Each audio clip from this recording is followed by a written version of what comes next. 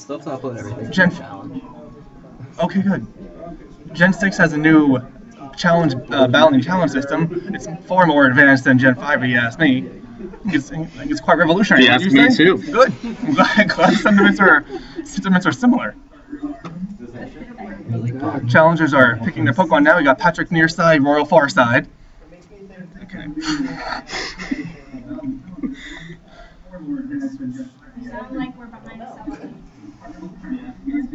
Oh, well, that's because we're using a microphone from a computer. What do you think of these teams here, Steven? Oh, I think there's something, Alex. See, Royals using what looks to be a sand team. You use the Tyranitar, Garchomp, Gastro, Whimsicott. I'm a snake. Pass using a Pokemon that's not usually seen. It's an Electros. The nickname can imply that he either is indeed a snake or he is going to snake. I see he's using a Scrafty here called Logan Heights. Wonder where I got that nickname That is a very from. interesting one. It could be from the Street Gang out of LA. You know, I believe it is. I believe they have, they've expanded to Pasadena. I hear they're first in punch. Maybe that's what just to be told by the Scrafty coming up. Anyway, folks, finally, round 2. Here we go. Handshake for good luck. Oh, and see, back on the Street Gang thing, Pat's character is wearing a very nice beanie. Oh, that's Royal, so I apologize. Very nice beanie, Royal. Alright, Pat leads Scrafty in the middle with Coffagrigus and Electros in the wings. Royal leads off at the stand as we predicted. He comes out with the Tyranitar with Garchomp and Exeggutor backing him up. Sandstring comes out, and Gen 6 Sand lasts, and all weather only lasts for 5 turns unless the holder... 5? Unless the user is holding a corresponding rock or other items to make the weather last longer. We're seeing Pat flex his moves. We're seeing a lot of players from St. Lucia. That's very interesting. Oh, is that DS? I believe it's now St. Oh, Lucia. it's the Anyway. DS. It's the DS. Oh. We're getting more than that's the DS. Yeah. I just figured it out. So in rotation, players can switch freely between the 3 of their Pokemon at any time during the battle. There's no switching out. Does not cost your turn. So if we're all familiar with the singles metagame where you're predicting switches and predicting moves on the switches, now you gotta predict a switch and a move. For instance, if this Tyranitar was to switch and switch to the Garchomp, it would use the Garchomp speed for that turn, not the Tyranitar speed. Yes. And as I've been saying, Alex, that's all the fun of a rotation battle. Rotation battles do require a lot of mental capacity. And a lot of fun. Oh, we see a Mega Garchomp coming. Wow. Royal had 2 possible Megas, one being Tyranitar, the other being this obvious Garchomp. Garchomp's base speed when it's not Mega is 102, but when it turns to Mega it's 92. However, the first turn, it uses that base 102 speed and the massive attack stat gotten from the Mega Evolution. It tries to go for a Stone Edge on this on the Scrafty. However, it's not very effective. Scrafty resists it. Rock type against Fighting type, not going to work very well. Logan Heights goes for the Bulk Up, upping its attack and defense stats. In rotation battles, when you use stat increases, they stay on your Pokemon throughout the entirety of the battle until you actually switch back into a Pokeball. So say Scrafty were to rotate out and bring in Coffagrigus, it would remain having the +1 defense and attack stats. You're having a hard time pronouncing things today, Alex. It's been a long day of work, Steven. I'll tell you. Tell me about it. Garchomp goes for a Fire Blast and hits the Electros for not very much damage. Electros tries a U-turn. This U-turn goes actually back to the party like we're used to in normal doubles and singles battles. It does not rotate around the way. Pat out comes the out into a Salamis. Salamis, the Gen 3 monster with Intimidate. It's Flying Dragon type. We're going to see what Whirl decides to do. We know this Garchomp is not Scarfed because it obviously has a Mega Stone. We'll see what kind of item or what kind of moves the Salamence is going to bring. And back in my day, Salamence was always a bulky dragon dancer. At my house changed over the years with different kind of metagames being introduced. What do you think the Salamence is going to do, Steven? Do you think it's to land a super effective blow, or do you think we're going to see some strategery here? Oh, well, absolutely we're going to see the strategic moves is going to prepare. We are in a rotation battle, folks. In rotation, it's all about strategy. And fun. If you try to just blow through with attacking, you're going to have a bad time. Royal brings in Escadrille, goes for the Swords Dance. That could be quite dangerous. This Escadrille's speed is doubled in Sandstorm, but Patrick comes out with Trick Room. What does Trick Room do, Steven? It flips everything, Alex. It flips what, the speeds? I think it might flip the speeds. The speeds. Since this Escadrille now has double the speed in Sandstorm, but Trick Room is being activated. Everything's slower. We'll move fast. We'll move first. Mm-hmm. And the meek will inherit the world.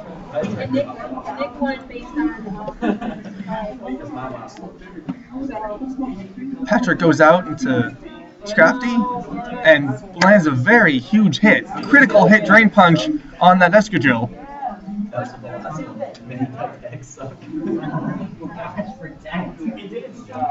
And Escadrille goes for an Earthquake.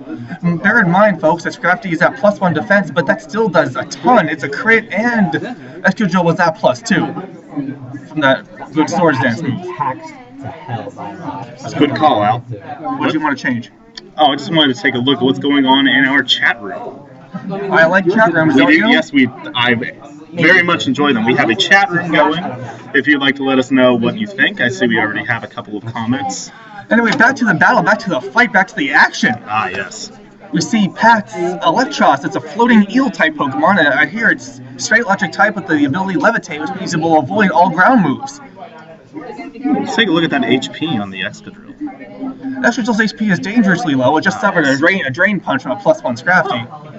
Electros goes for the Grass Knot on Tyranitar. Tyranitar super effective, is but a rock type, which means super effective. However, Sandstorm does increase the special defense. Tyranitar goes to the Ice Beam on the Electric Snake, but it does not do all that much because I hear it's, and I see and I've dealt with it. It's quite bulky. It easily tanks the neutral damage, non-stab Ice Beam from the Tyranitar. People are selecting moves. Pat and Royal are deeply into thought on this one. They could switch out, they can switch an attack, they can just straight attack. They can rotate out. I personally do it because I like the game, and this one's really comfortable. I have all Pokemon on the field here, Steven. What's your favorite one? What do you like the best here? Oh, I absolutely love that Tyranitar right there. I like it too. It's quite a piece of VGC nowadays. Mount Silver was a magical place. Kowalski comes out with a hidden power against this Tyranitar. Let's see how much it does. It does quite a bit. But not enough.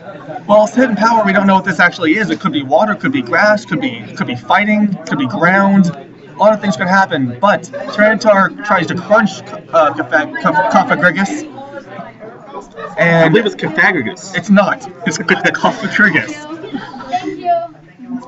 Sure, see you later. Good luck in your tournament. Thanks. We all know of Kowalski's ability Mummy. When it's hit by a physical attack, the Pokemon that hit it acquires the ability Mummy. So since Tyranitar has the ability Sandstream, its ability now becomes Mummy, which is what I just described as it. But since Sandstorm's already out, it doesn't really hinder or help Tyranitar all that much right now. But it does leave Tyranitar, the hidden power leaves Tyranitar very little health. World's looking not. World's losing the HP battle as we can see it right now. Oh, yes. But that does not mean the battle's over. Battle's far from over. We got speed up, we got Trick Room going. How many more turns of Trick Room is it, Steven? I haven't been paying attention. Well, how many turns does Trick Room stay up? How many, Alex? I think it's 5. 5? It is 5, and unlike Weather, there is no item to make Trick Room last longer. Maybe Gen 7 could bring that up. We'll see what happens then. We had a discrepancy on the time there. It was not a discrepancy, I was testing you.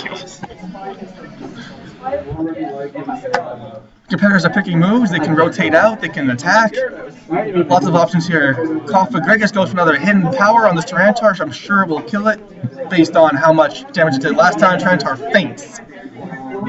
This is looking pretty grim on the Sandstorm team, wouldn't you say? I would. Kowalski with leftovers, making the Sandstorm residual damage moot. And the Twisted Dimensions, they're back to normal. Are they? Yeah. This now means that people... Just the magic of Trick Room. This puts the speed tiers back in normal everyday language. No flipping around, no nonsense with the flip-flopping. We see Kowalski being a very bulky Pokemon, looking very intimidating at the Sand team ahead of it. Royal rotates, comes in with Extra Drill with a now very high speed. Remember, Extra Drill is that +2 from that Swords Dance. Ooh, and a flinch. Well, can't help hacks, folks. That Pokemon is very bulky. It tanked that +2 Rock Slide, but it gets flinch. You know, Rock Slide does carry a 30% flinch rate. Yes. So a third of the time you use Rock Slide, the opponent will flinch. Flinching is not good if you get flinched. However, it can really help you out in some battles and in some tight situations if you want the opponent to not move for a turn. It's good if you flinch and bad if you get flinched. I've said that often. 4th flinch and 2 battles. Sometimes even get flinched many times in a row. For example, 4 flinches in 2 battles, it could be quite bad. You get 2 flinches in 4 Patrick battles. goes for the rotate. And the Solomon and that'll just take hands care of Garchomp a slap in the face and brings it down in a later round. And we see the Sandstorm team down to 2 Pokemon now. We got a Extra Drill with very low health, a Talonflame that's full. Steven, what do you think of Talonflame? What do I think of him? I think he's a magnificent beast. I don't know if he's much of a beast, but he's very intimidating. He's quite magnificent. His new ability, Gale Wings, gives priority to all flying type moves. Priority means it will always go first if it has a +1 speed priority to all flying moves. So speed tiers, base speed really don't matter if the opponent is not using an already prioritized move. It's one of my favorite Pokemon. I think it's quite ingenious. Talonflame is at full health. Looking at a Solomons, which is also at full health, almost full health. Talonflame rotates in. It goes for the Swords Dance. This can spell trouble for the Eel. This could be a game changer for the Eel team. Oh, and we got a mispredict there. Goes to the Grass Knot, which does absolutely nothing. You can't mispredict if you're Specs. I don't know that. Our players are interacting with us commentators. That's what that interaction was you just saw. Sometimes the held item could limit the amount of moves a Pokemon can use, such as the choice items. Choice Span, Specs, and Scarf will limit the holder to only 1 move per battle that they use first. That Eel, that Electric Eel, that Electros was Specs, which increased special attack into Grass Knot, which is why it did so much to that Tyranitar earlier in the battle. Solomon's... That'll take care of the Excadrill. Solomon's Dragon pulls the Excadrill, even though it's not very effective. Sandstorm is no longer in effect, so Solomon's is faster. Mummy up top! We'll see some Mummy activation here. Remember I talked about that earlier, folks. Mummy negates your ability and gives you Mummy again if you get hit by a physical attack. Or is it any kind of attack? Any kind of it. It's just physical attack that makes contact. We got a +2 Talonflame coming with the Flare Blitz right now that should deal quite a ton of damage to that I'm a Snake. It couldn't snake its way out of that one, could it? Wow, if VGC 14 Pop VGC is going to be so good. I know. Next year. 100s? We're down to 1 versus 2 here. We got Talonflame with the Swords Dance up, a Cofagrigus at pretty low health, and a Solomon's at full health. Near full health.